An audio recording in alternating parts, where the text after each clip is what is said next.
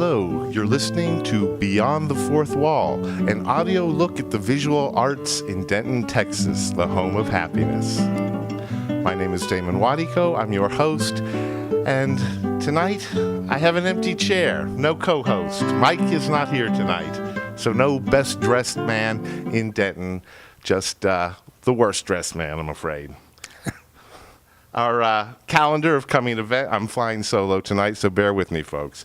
Our calendar of coming events is Music Theater of Denton's Young Frankenstein, and that will be on October 18th, 19th, the 24th, 25th, and 26th at 7:30 p.m., and October 20th and the 27th at 2 o'clock. Those are the Sunday matinees. That's a really funny show based on the Mel Brooks movie. Then from Denton Community Theater, The War of the Worlds. And this is a reenactment of the old Orson Welles radio program. And that will be at the Point Bank Black Box. And that will be November 1st and 2nd at 8 p.m. and November 3rd at 2 p.m.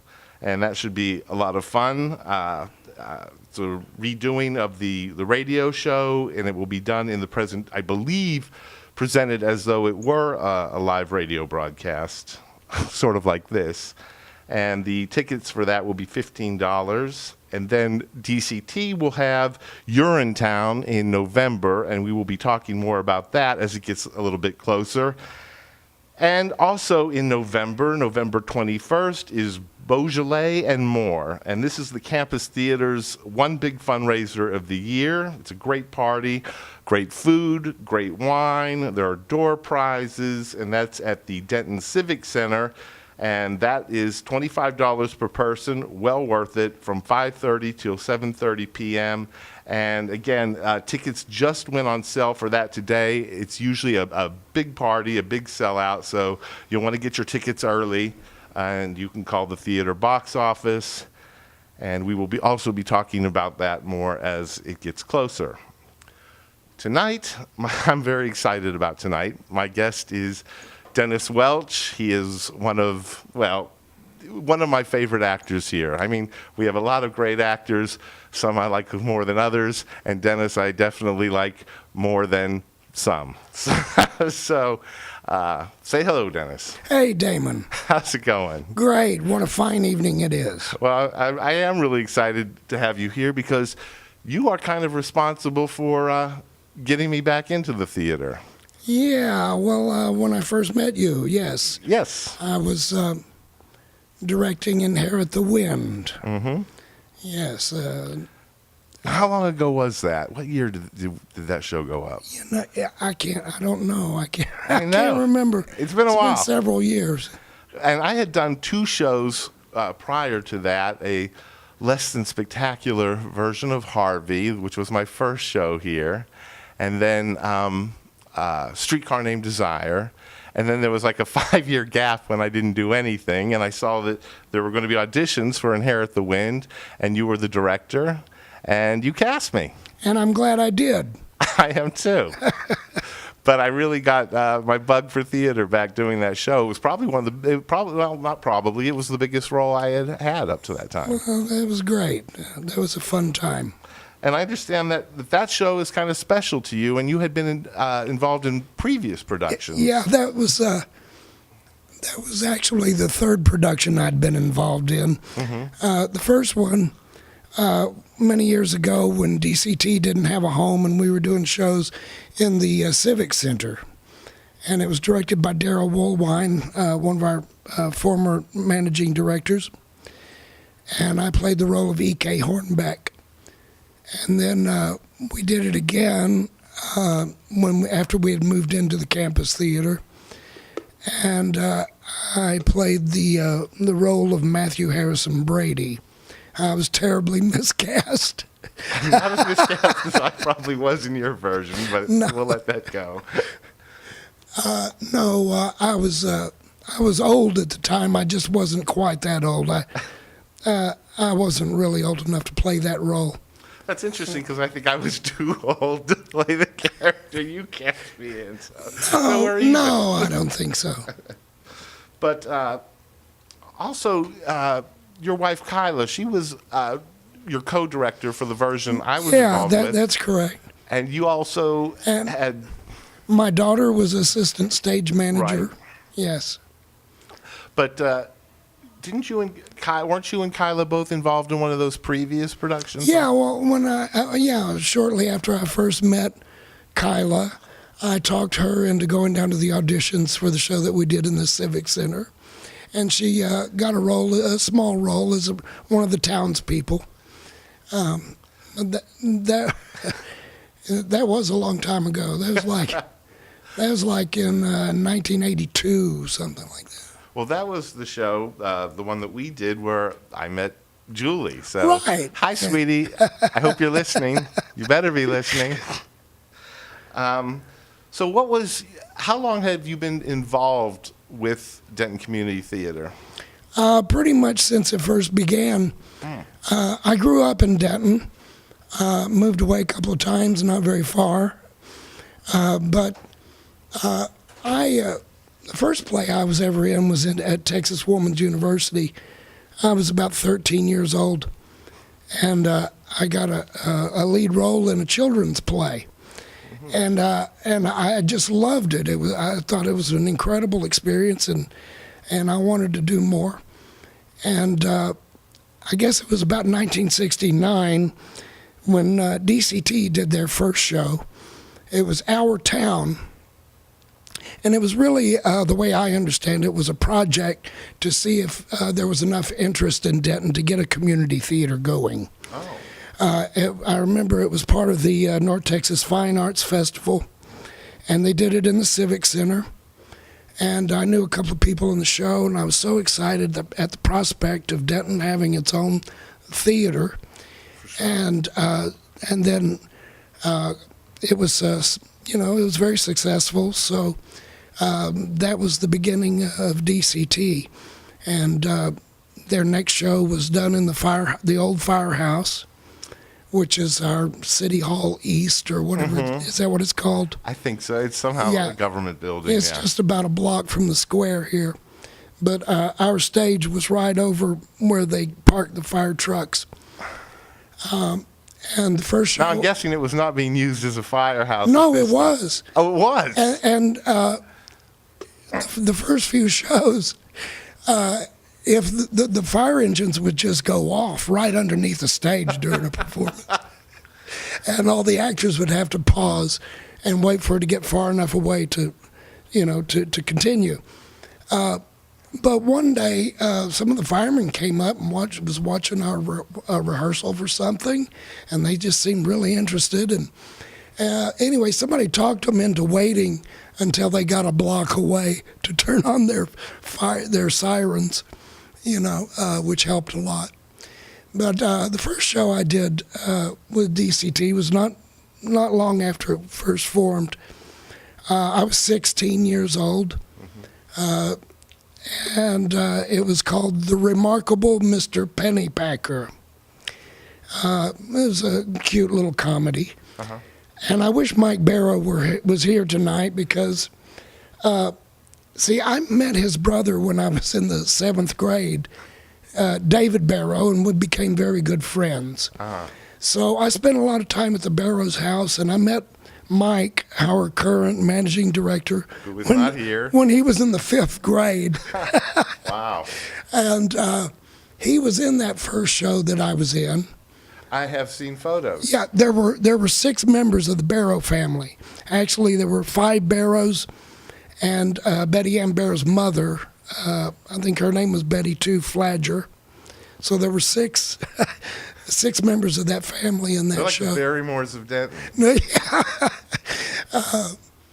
But that's so you see, I have a long association with the Barrow family as well as DCT, and I've worked on and off with DCT ever since. I went through some long stretches without doing theater also. Mm-hmm. For one thing, I studied theater at what is now UNT, but was North Texas State University. Mm-hmm. So that took me away from DCT for quite a while. And then another time, well, my daughter was born in 1990. My second daughter was born in 1990. And I didn't do any theater for 5 years because I didn't want to miss her childhood like I did my first daughter's. Wow. You know. So I didn't get back into it again until about 95. And thankfully, we had this. That was when the campus theater was restored. I was just about to ask that. Now, it did not go straight from the firehouse to this theater? No. For a while, we didn't have a home. We did shows in the Civic Center and also in the Center for the Visual Arts. Okay. And I should say that we are broadcasting this live from the beautiful campus theater, restored historical It's a wonderful theater. building. It is really something I love else. this place. And if anybody out there has not been here, you really owe it to yourself to check it out. Oh, when they remodeled this place, I thought it was one of the best things to happen to Denton in a long time, and I still do. Were you involved at all with the renovation process? No. I hear stories that this place was really in bad shape. It was because it sat empty for about 10 years. No, I was not. I'm sorry to say I was not among the group that scooped out all the pigeon poop, Those are the stories. Yeah. upstairs and everything. I waited to become involved with Denton community after they were well settled into this building. Yeah. But you mentioned your family, your wife Kyla, who not only is involved in shows, she stage manages, she acts sometimes, she's directed, but she also is the box office manager. Yes. And your daughter Melanie also has acted in She's very a into number theater. of shows. She Yes. is, and a budding playwright. Yes, she writes very well.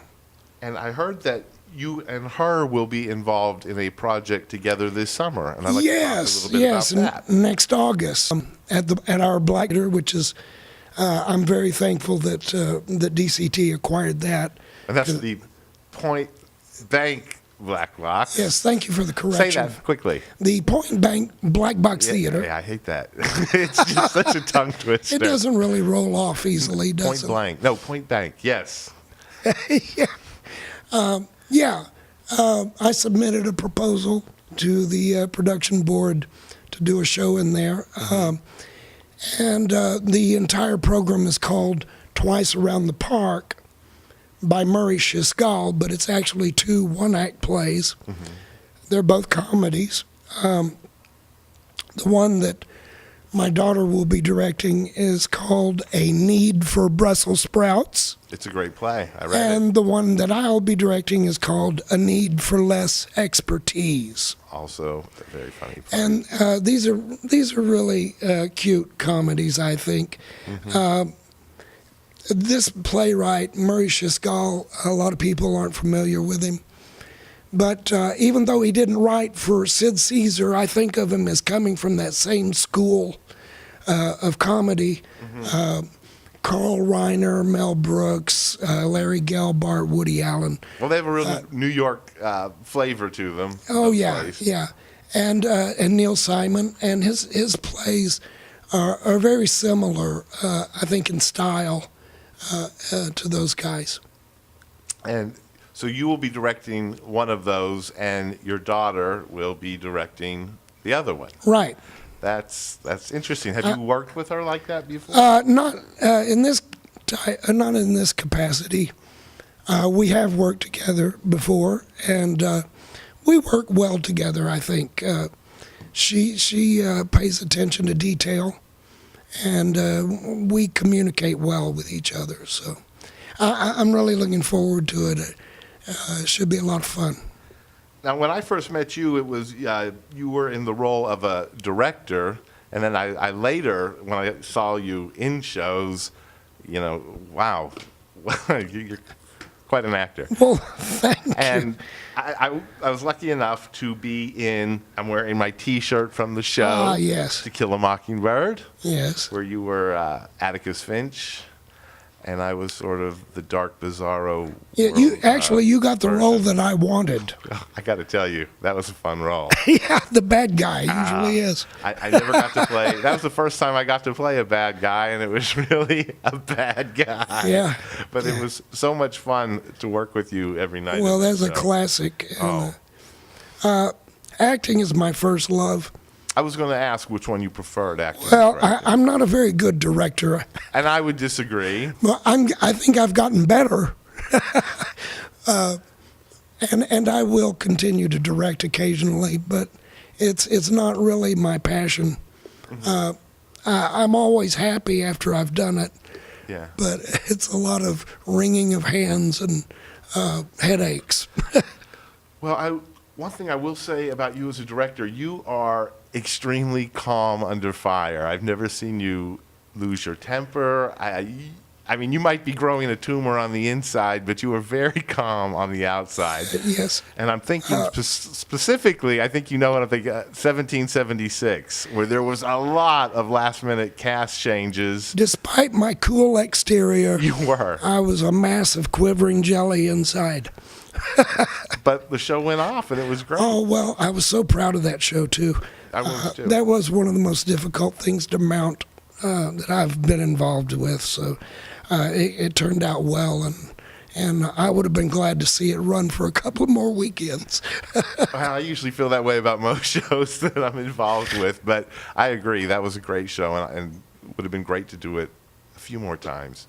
That's kind of, don't you think, as an actor, that's kind of one of the frustrating things about community theater. You only get the 2 weekends, and then it's gone. And it's really that second weekend you really feel like you figured out the character. I agree, because, you put so much work into something like that. Yeah. And for it to be over so quickly, it can be very disappointing. On the other hand, if it's something that you really grow to hate while you're doing it, it can be a blessing. Actually, there are certainly shows that you're kind of glad they're over. Yeah. But for the most part, usually you have a good time and you want to go on. Yeah. And like I say, sometimes you just have really figured out that character, and then you're done. You know, and that's always kind of sad to me. Yeah, it is. But so you prefer acting, but you do direct. And I was talking about 1776. You don't only direct plays, but you direct musicals as well. But I think as an actor, you don't appear in many musicals. No, I have been in a couple of musicals in the past. I'm not a song and dance man. I'm no good at that. But in 1776 is the only musical I've directed. Oh, I didn't realize that. Yeah. I thought you had done others. I don't know why. Well, for that being your first musical and being such a large undertaking, and again, plagued with all kinds of Well, backstage I was lucky to drama. have such a great orchestra, a music director and orchestra leader as Ray Staniszewski, and all the other talented people involved. I always try to surround myself with the most talented people, so it looks like I know what I'm doing. I think you do. You haven't done a musical? It's so far isn't that the only musical you've directed then? Yeah. Would you do another one? I mean, Oh, I probably would. Mm-hmm. Nothing comes to mind right now that that I'd really be hot about doing. right. But if the opportunity came along, I would certainly consider it. So what is the most difficult part of direct? And I guess forget that question. It seems to me that directing, one of the most difficult things is the auditioning process. Do you find that an agonizing? Oh, I get so nervous. I get more nervous with auditions when I'm directing than if I were auditioning myself for a show. I really do, because I'm so afraid I'm going to make a mistake and cast the wrong person. I'm afraid I'm going to hurt somebody's feelings. Mm-hmm. That happens sometimes. Sometimes people actually get mad at you. Wow. Because of your casting choices. And to me, that is the hardest part. But if you select the right cast, and you got the right crew, that's most of your work right there. Mm-hmm. It really is. Now, I've seen you do everything from, you've done comedies, you've done dramas, you've done just about the whole spectrum on stage. Do you have a preference to dramas or comedies or? I think comedy. I've done a lot of dramas, and they're both rewarding, but in different ways. Mm-hmm. I just love the sound of people laughing. I have to agree. That kind of immediate response. Yes. That's a great feeling if you can make people laugh. So when I first started out, I thought I was going to be such a great, serious, dramatic actor. I was going to be the next Olivier, and stun people with my emoting. But my university professor taught me that I could be funny. And bless him for that. He was a wonderful man. He knew more about me than I did as far as my abilities. And who was that? Dr. Stanley K. Hamilton. May he rest in peace. So, not as an actor, but as a director, do you have that dream project if somebody said, you can choose your play and we're going to produce it? What would that, if there is one, what would your dream No, project I don't be? really have anything like that. The most fun I think I've had directing has been at our new Black Box Theater. Mm-hmm. So I'm more interested in directing short plays, Right. or more intimate type things. And there's hundreds of great shows that you can do in there. Oh, yeah. And it has so much potential. And there's shows that people never see. They don't normally get done because not that many people do one-act plays. Right. But Yeah, the Black Box is a great versatile space for that because it only seats, maybe 100, maybe less? well, And we you usually don't get have- about 60 or 70 seated in there. And that allows us, I think, the flexibility to do these kind of plays that might not otherwise get produced because yeah. they're not financially viable Yeah. for the big stage. Right. And quite frankly, I love seeing shows at the Black Box. I do too. I love performing there too Yeah. because you're that close to the audience. I mean, Yeah. you can really feel, that energy. Yeah, it's quite different. So, okay, no real dream project stands out as a director necessarily. Is there that one role, maybe as an actor, that you've always burned to do and have not yet got to do? Well, no. No. Actually, my acting days are over. I don't think I'm going to be doing any more acting. You hear the way my voice sounds. My voice is gone, and I don't think I can do it anymore. But we have body mics and Yeah, amplification. whatever. And, I don't think it's going to work. But I don't know. Maybe that'll change later. I don't know. But like I said, I will continue to direct occasionally. But as far as a dream role, for a long time, I wanted to play the Reverend T. Lawrence Shannon in The Night of the Iguana by Tennessee Williams. right. And I kept, trying to push people, hey, let's do that show. And I really wanted to play that role. Finally, DCT decided to do it, Yes. and I was too old. So I wound up directing it instead. I was going to say. And that was another great experience. And a really good show. Yeah, I thought so too, if I may That's- say so. Yeah, one, I had never read the play. I hadn't even seen the movie. And it was fun to see it completely Oh, new it's and so fresh poetic. that way. It's even among Tennessee Williams fans, it's usually not one of their favorites, but it's very poetic, very poignant, and quite moving if it's done correctly. And our show, I was very pleased with our production of it. The set was gorgeous. Oh, Gail it was. Crump and Mike Strecker put in so much work on that set. And the lighting on it by Joey Gallagher it just looked gorgeous. And Well, we had Mike Strucker as a guest here a couple weeks ago, yes, and I guess you saw August Osage. it was a wonderful show. It really Impressive was. set. Impressive set. That set looked better than my house. I said the same I told thing. I told Stryker, I think I'll just tear down my house and we'll move, instead of tearing down the set, we'll move it over there where my house is. That was a great show, great acting, great script. I wasn't familiar with that show until I saw it, and it was really some fine work. Well, I'll tell you, I had seen it before, and I'm always a little afraid to go into a show that I've seen already. Yeah. It was fantastic. Yeah.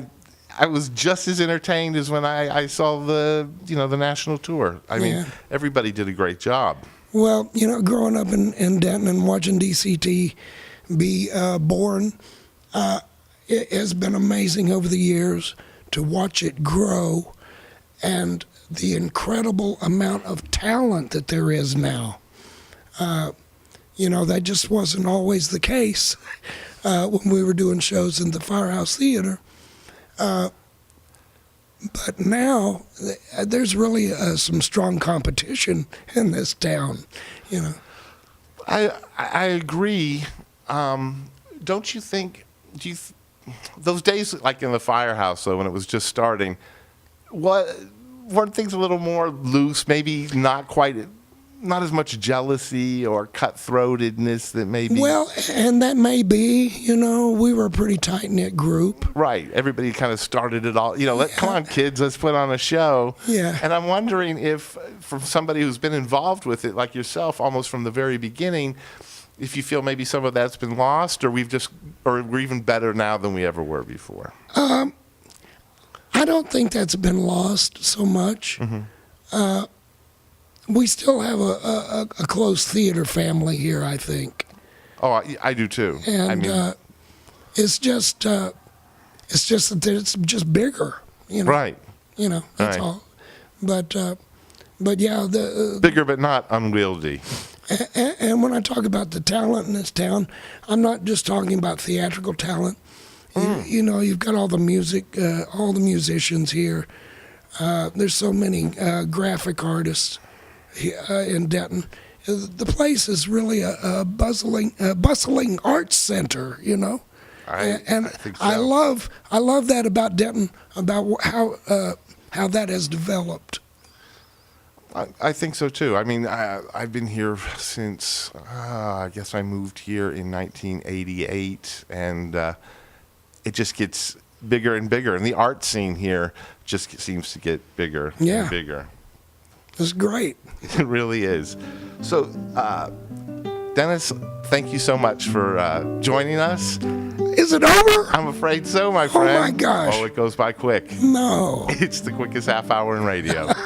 But we will have you back, especially when we're closer to talking about the Black Box project. Yeah. Yes. Mauritius Gull, twice around the park. We'll let you know what's going on. Thank you, folks. That is Beyond the Fourth Wall. Thanks to Jake Laughlin, our sound engineer from DentonRadio.com. And good night, Mike, wherever you are.